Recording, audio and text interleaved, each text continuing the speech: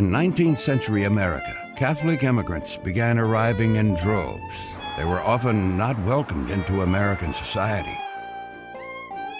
One of the perennial questions in the 19th century was concerning whether the immigrants coming to America from Catholic countries could be faithful Catholics and at the same time loyal Americans.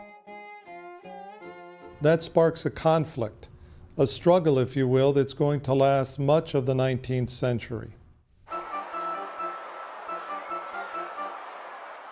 Catholics were often ostracized in communities across the United States. Their churches were burned or graffitied. You really are dealing with a visceral anti-Catholicism.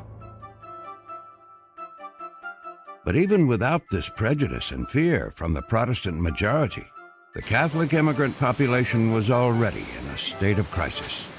They're working in the most difficult jobs, the most dangerous jobs. People get tuberculosis, people have industrial accidents, people have heart attacks, they drop dead.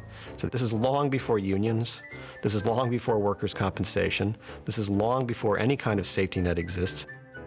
Catholics were also barred membership in many mutual benefit societies, meaning husbands and fathers had no means of protecting their family in the event of an untimely death. Many widows found themselves and their children doomed to destitution and ruin.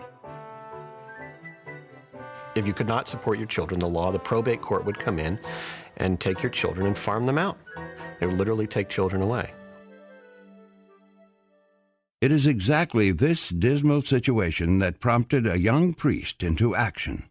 Venerable servant of God, Father Michael McGivney was the assistant pastor at St. Mary's Church in New Haven, Connecticut. He was deeply concerned about the pressures tearing apart Catholic immigrant families. On October 2nd, 1881, he called a meeting of local Catholic men in the basement of his church. He shared with them his vision of a Catholic fraternal group bound by the spiritual principles of charity and unity. Christopher Columbus is seen in the 19th century as in part an evangelizer. He brought not only the European settlements, but he brought the gospel. He brought the Catholic faith. Also, the term knights focused on what we would call today the knightly virtues, being there to defend the weak, helping those in need, defending the Catholic Church.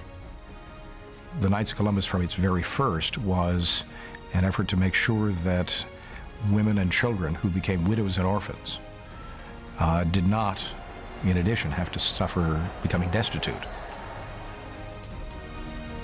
And the Knights became chief defenders of Catholics in that time period. So all these newly arrived immigrants saw the Knights as protection against prejudice. And that was a very, very powerful lure. The popularity of the Knights soon grew internationally. Before the turn of the century, the Knights had expanded into Canada, establishing the first council in Montreal.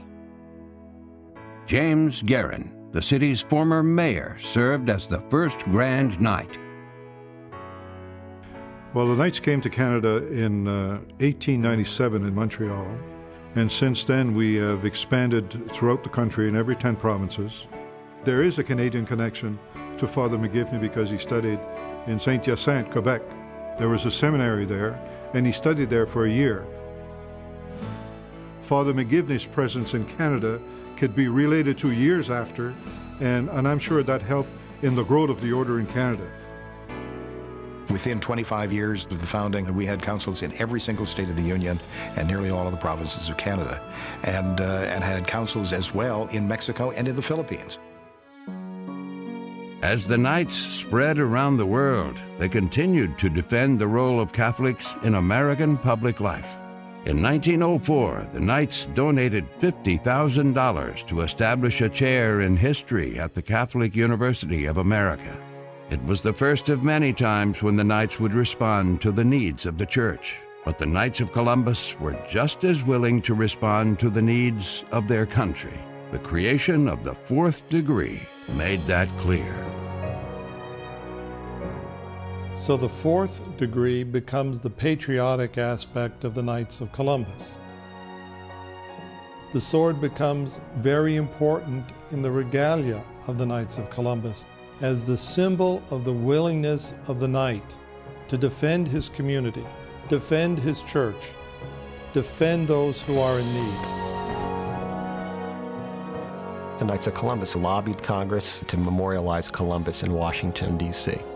The summer of 1912, there was a huge dedication of it. President Taft was there, the Supreme Court, members of Congress, and 20,000 knights paraded through Washington. And it was a huge affirmation of their arrival in America.